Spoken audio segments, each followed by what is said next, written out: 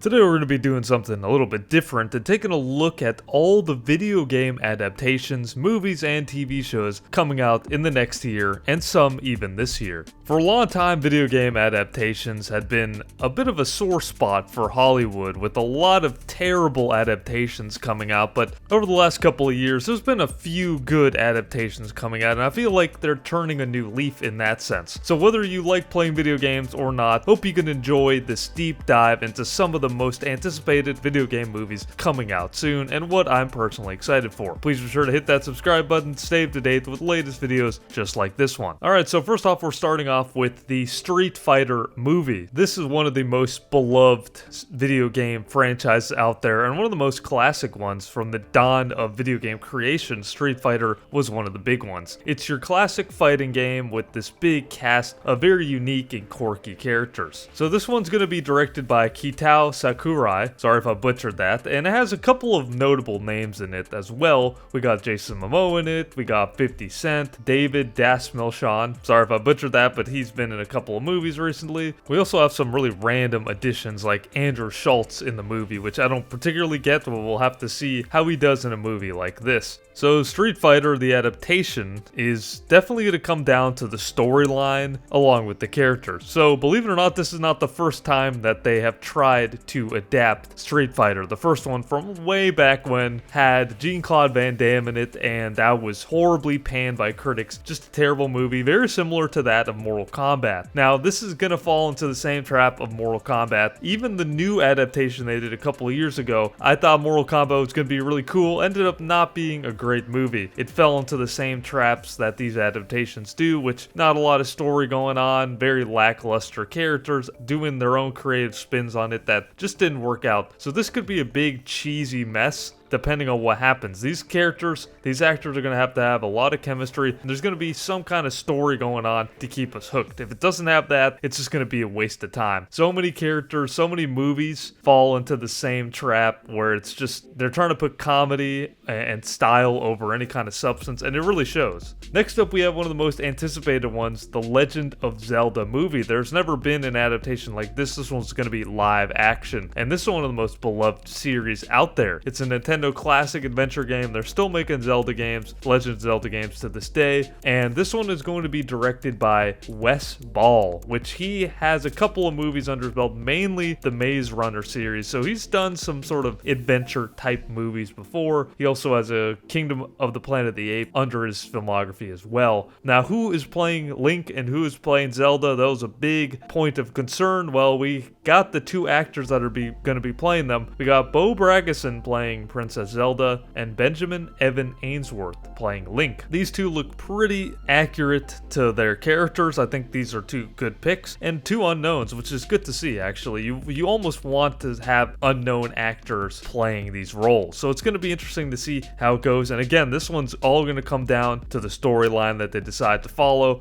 And along with the fan service and everything, they have a great world already to work with. So how they're going to adapt that to the full screen along with all the characters and all the adventure aspect of it without it being cheesy, it's kind of a tall task, so we're gonna have to see what they do with it. Next, we have the Sims movie. So this is probably one of the most random one. I believe this one's produced by Margot Robbie and directed by Kate Herron, which did some of the Star Wars projects, some of the recent Star Wars projects, and some recent Disney stuff. So The Sims, I don't really know what this movie is going to be about.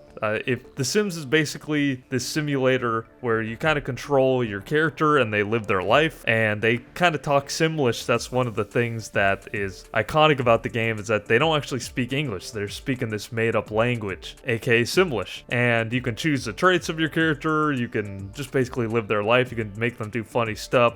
And it's a total just simulator of real life, but obviously in the little sim world. So I don't know if they're going to take the Barbie. I imagine they're going to take sort of a Barbie approach in the sense where maybe somebody gets trapped in the Sims world. I guess they do that a lot. They did that with the Minecraft movie. They did it with the Barbie movie. Like I'm saying, they always do this fish out of water thing. So there's no information on this one yet, but my guess is they're probably just going to have a group of actors get stuck in the Sims world, and there's just going to be some comedic things. But yeah, I don't know. In terms of lore and stuff, this one's very basic. It would be kind of like making a movie about Grand Theft Auto. You know, it's very general and basic. I don't know, there's no discernible things about The Sims other than, obviously some iconic things like the little jewel thing above their heads and obviously the Simlish aspect of it. But yeah, I don't really know what they're going to be doing with this one. I'm really curious. This one, I wouldn't have high hopes for it, to be honest, but we'll see. We'll see what happens. Next, we have Bioshock. This one's very anticipated for me personally. I really love the Bioshock series. It's this sort of dark, gritty, thriller type game, adventure game. And this one, the first Bioshock game, takes place in Rapture. It's an underwater city with sort of this 1940s, 50s vibe to it. It's so unique and iconic. And this movie's asking to be made into, or this game's asking to be made into a movie. So I'm so glad that they're actually going to be taking it on. And it has so much lore to it and so much aura, if you will, the game itself, all the Bioshock games. And especially the first one. There's a bunch of, basically this Rapture, this is supposed to be this utopian society kind of thing, underwater, gets basically taken over by these psychopathic people. And we have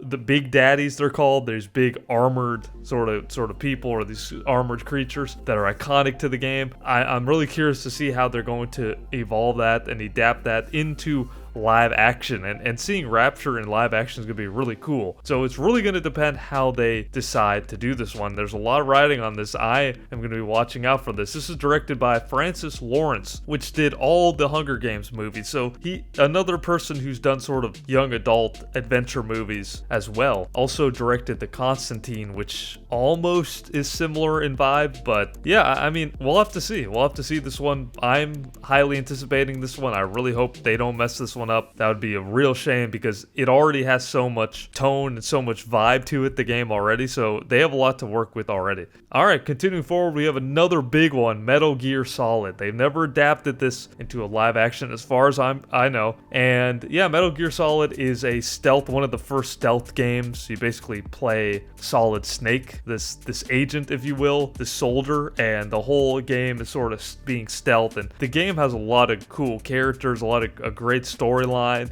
and also has a great vibe to it. Just the adventure survival aspect of it. Just like I'm saying about Bioshock, this game has so much aura to it. So putting that in the big screen is going to be very cool. It's going to be directed by Jordan Vogt Roberts, which, looking at some of his filmography, he did Kong Skull Island, which wasn't great, along with a few other things. He hasn't quite made anything related to video games that much, or adventure, that is, but we'll have to see. Under his realm, we'll have to see what happens. And of course, we have to talk about the casting. Oscar Isaac is set to play Solid Snake. I think Oscar Isaac's a pretty good choice for this. I think he's got the look for it, and he's got the sort of charisma and rigidness, seriousness needed to play Solid Snake, but we will see. I'm not sure. The character's very unique, and it's going to be interesting if he can bring that grit to the character. But this one, I'm definitely going to have my eye out for it. Alright, next up we have Elden Ring. So this one is going to be directed by Alex Garland, produced by A24. This sounds very exciting on paper. Elden Ring is a From Software game. It's a survival Souls-like game. If you've heard of Dark Souls, it's basically that. And those games are known for their atmosphere, for their mystery, for their big cinematic boss battles, being extremely difficult, having the lore, so much lore in this game, so much hidden things and stuff like that. Characters, very unique, weird characters throughout all of these games. And Elden Ring's no different. George R.R. Martin helped create the game along with the original creator of Dark Souls. So we do have a good storyline in there, and it's going to be really cool to see the land of Elden Ring brought into live action. That's going to be a big undertaking. So I'm really going to be curious to see how they tell the story of Elden Ring. And you gotta keep in mind that in these games, Dark Souls, Elden Ring, these games, the main protagonist does not speak. They do not speak at all. There's no dialogue. Every character interacts with you, but you do not interact with them. At least you don't hear your character speak. So it's gonna be interesting to see if they have a silent protagonist. I think that would be really cool if the main character does not speak, and it's all great cinematography. Also, Alex Garland, I think that's a great director to be taking this on. He made Annihilation and Civil War. He has these sort of dystopian ideas, and he really is good at combining sort of horror elements with adventure, with sort of action. So I kind of like that. I think that he's going to be able to bring something good to the project, and if it's anything like Civil War and those movies, I think we're in good hands with this one. But this one's going to be definitely highly anticipated. Next, we have Ghost of Tsushima. So this one is a big open world game. It's similar to the game Sekiro, if you've played that, but basically it's open world, and I personally have not played this one, but all the footage I've seen, it's these beautiful landscapes, and if you're a fan of Asian cinema, I think that this would be a great movie to bring to the big screen. But story-wise, they're going to have to do something very interesting with it. They're going to have to adapt the story. Again, I didn't play the game, so I'm not 100% sure about the story, but it's really going to come down to that, because if not, it's going to end up being extremely generic. And again, we don't want something with just style over substance. It's going to be easy to make this movie look beautiful because the game does. You know, if they do anything like the game is, with these sprawling landscapes of trees and foliage across the lands, like the beautiful Asian scenic scape, it's going to be easy to manipulate, but it's all going to come down to the storyline. Next up, we have God of War. This is a TV show, actually. It's been picked up by Amazon Prime, and I believe they had to restart because the showrunners left it or something like that, but they are making a God of War TV show. This is a mythological adventure game. It's a classic. It's on the PlayStation. You basically follow this god, Kratos, aka the God of War, and the recent games, they have the introduction of his son in the game, and there's a lot of cool ideas in this. There's a lot of great chemistry between Kratos and his son, and the mythology of it all is really cool. You know, you already have these Greek characters in them: Thor, Zeus, Hades, just all these mythological gods are already a part of it. So this could be really cool. And the actual land of God of War is also really nice looking, so I could see some great cinematography. But I'm really curious to see who they're going to have play Kratos, and if they do implement his son in it, who's going to play his son in the TV show. It's all going to come down to that. The casting is going to be so important for this TV show. And finally, the last one I want to talk about is Dead by Daylight. And it is going to be produced by Blumhouse, which is known for all their horror movies. This is a multiplayer survival type game, action game, where you basically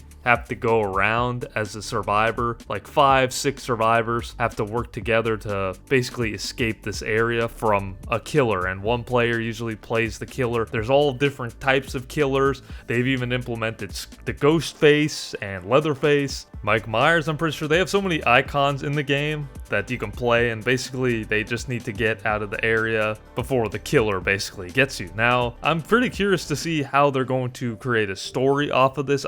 This might end up being generic if brought to the big screen, honestly. So it's going to really depend on how they shoot this thing, what they decide to do with the storyline. There is some lore to it, but I don't know how much you can pull and extract to make a full hour-and-a-half, 2-hour movie. So it's going to be interesting to see what happens with that. And to top this video off, I'm going to just do a rapid fire of some sequels and other iterations of video game movies that have already come out that you may or may not have seen already. So we have Mortal Kombat 2, Five Nights at Freddy's 2, Super Mario Bros. Movie 2, The Angry Birds movie 3, Sonic the Hedgehog 4, Uncharted 2, Pokemon Detective Pikachu 2, Fallout Season 2, The Last of Us, I believe they're going to make a Season 3, Twisted Metal Season 2, and a Minecraft movie 2. I'm surprised that there are sequels and so many, extra editions of these movies being made. I wasn't a fan of Mortal Kombat, and I wasn't a fan of a Minecraft movie, personally, but there's some merit to some of these, and people are going out to watch these, so it's pretty interesting. But let me know which ones you're most excited for, and if you enjoyed this video, please be sure to hit that subscribe button. Thanks so much for watching.